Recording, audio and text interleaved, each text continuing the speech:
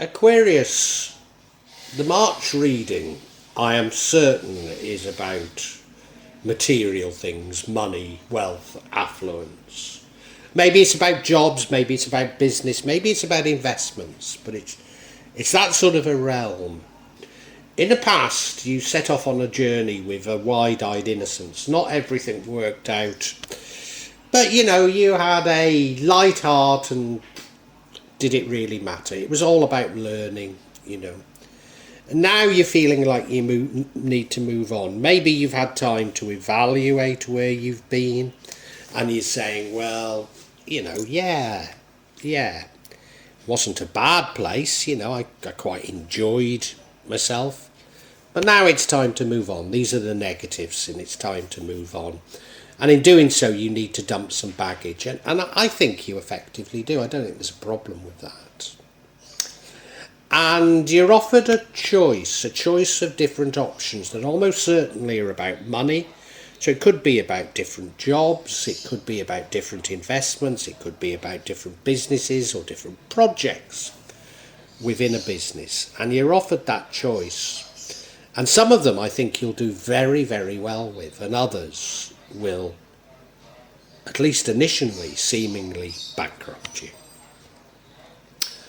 And if you listen to your heart rather than cold logic and rushing in, then you might be able to avoid the bad ones. But I think you rush in.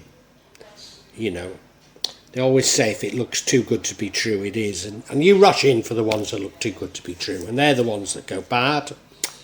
And they do initially send you into poverty. But you get justice for it. You get justice for it, and your luck changes. And the real lesson from all of this is not to always use hard logic, even when you're thinking of investments. Don't always use hard logic. Certainly don't rush into things. Use your heart a bit. Think things through by all means, but also what's your subconscious saying? Balance it out, Even I think there's the suggestion, supposing you've got a portfolio of investments,